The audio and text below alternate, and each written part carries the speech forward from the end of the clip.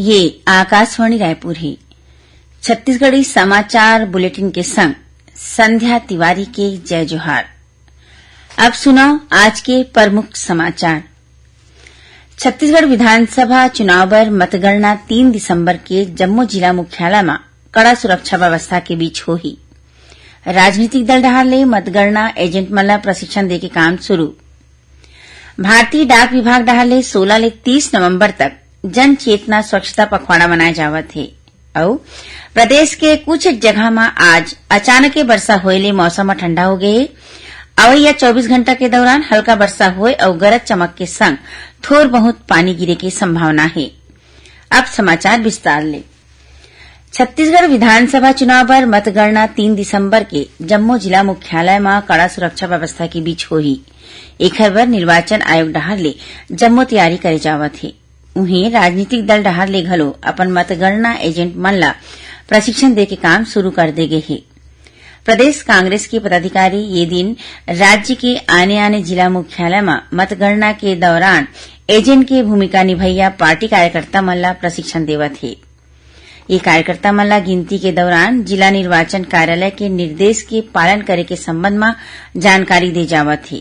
संगे संग जरूरी सावधानी के बारे में घलो बताए जावत है।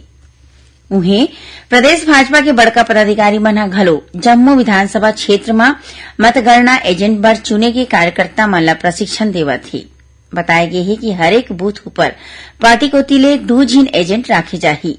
यही बीच भाजपा के प्रदेश पदाधिकारी जम्मू संभाग में विधानसभा चुनाव के परिणाम की संभावना के आकलन घलो करत है।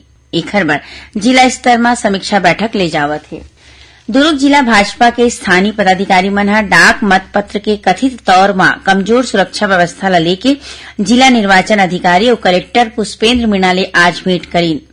ये पदाधिकारी मन कलेक्टर ले कहीन है कि 80 बछर ले ज्यादा उम्र के सियान और दिव्यांग मतदाता मन डहार ले जमा कराए गए डाक मतपत्र के कमरा के आगू सीसीटीवी कैमरा नहीं लगाए गए है। इला देखत जिला निर्वाचन अधिकारी है सीसीटीवी कैमरा लगाए जाए के निर्देश दीन। भाजपा पदाधिकारी मन स्ट्रांग रूम परिसर के सुरक्षा व्यवस्था ला लेके लिखित सुझाव घलो दे है। ए दौरान भिलाई भाजपा के जिला अध्यक्ष ब्रिजेश बिचपुरिया और भिलाई नगर ले प्रत्याशी प्रेम प्रकाश पांडे समेत पार्टी के आने पदाधिकारी घलो मौजूद रहीन।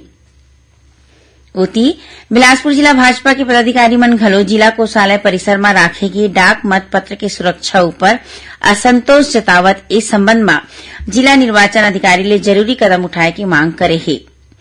लोरमी ले भाजपा नेता धर्मजीत सिंह और मस्तूरी के विधायक डॉक्टर कृष्ण मूर्ति बांधी समेत आने पार्टी पदाधिकारी है जिला निर्वाचन अधिकारी ले कहीने की डाक मतपत्र ला जिहा राखे गए है उहाँ जेखर मन की मनाही है वहु मनखे मन के आवाजाही के शिकायत मिलत है।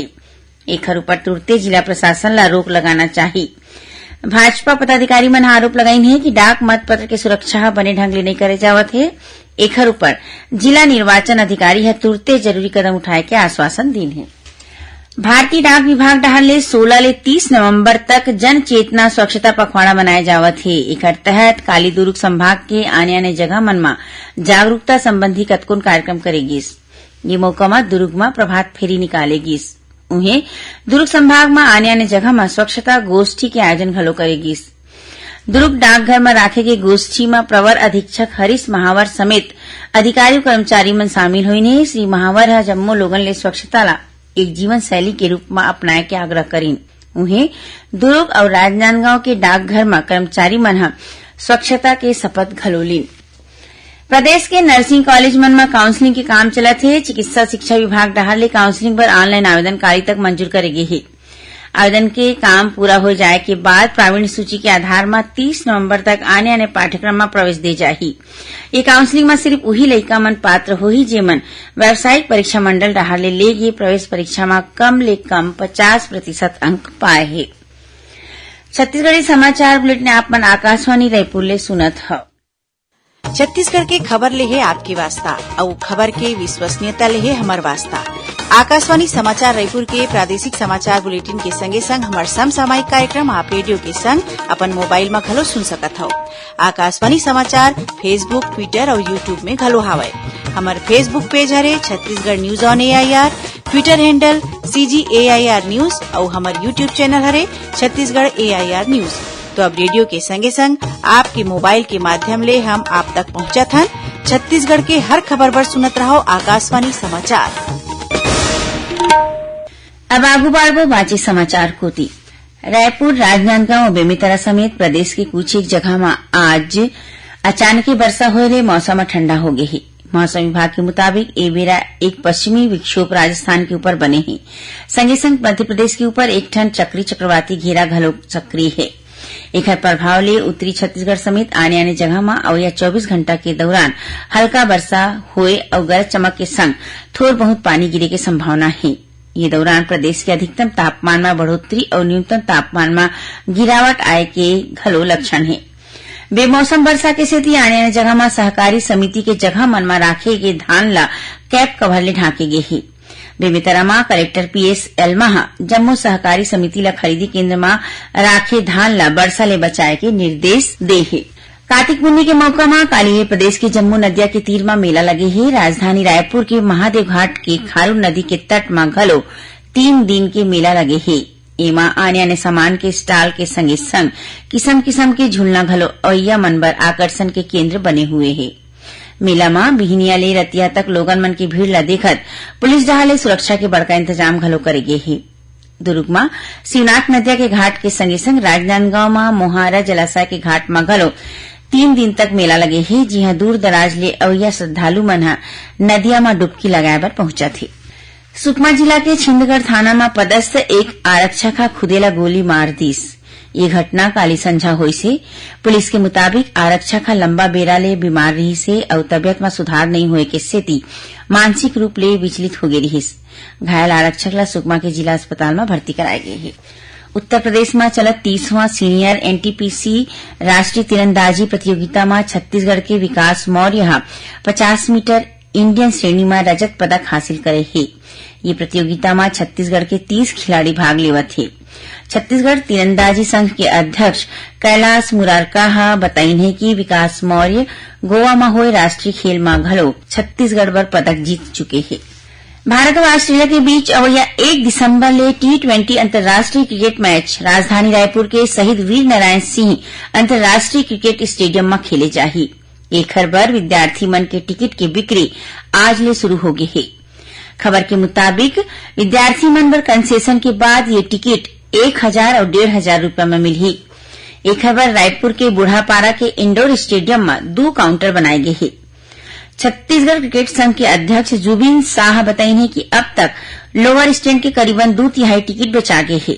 उमन बताइन है कि ये मैच में दर्शक मन के मनोरंजन बर लेजर शो और आतिशबाजी के आयोजन घलो करे चाहिए। और अब थोड़ बहुत समाचार सार में। विजय हजारे ट्रॉफी क्रिकेट प्रतियोगिता के तहत जयपुर के सवाई मानसिंह स्टेडियम में खेले गए मैच में छत्तीसगढ़ हैदराबाद ला 6 विकेट ले हरा के अपन दूसर जीत हासिल करे है। भिलाई ले डोंगरगढ़ जावत मालगाड़ी में रसमड़ा स्टेशन के तीर एक युवक इंजन डिब्बा के ऊपर चढ़ गिस। ये दौरान हाई टेंशन लाइन के संपर्क में आए ले मौकश में ओकर मौत हो गई।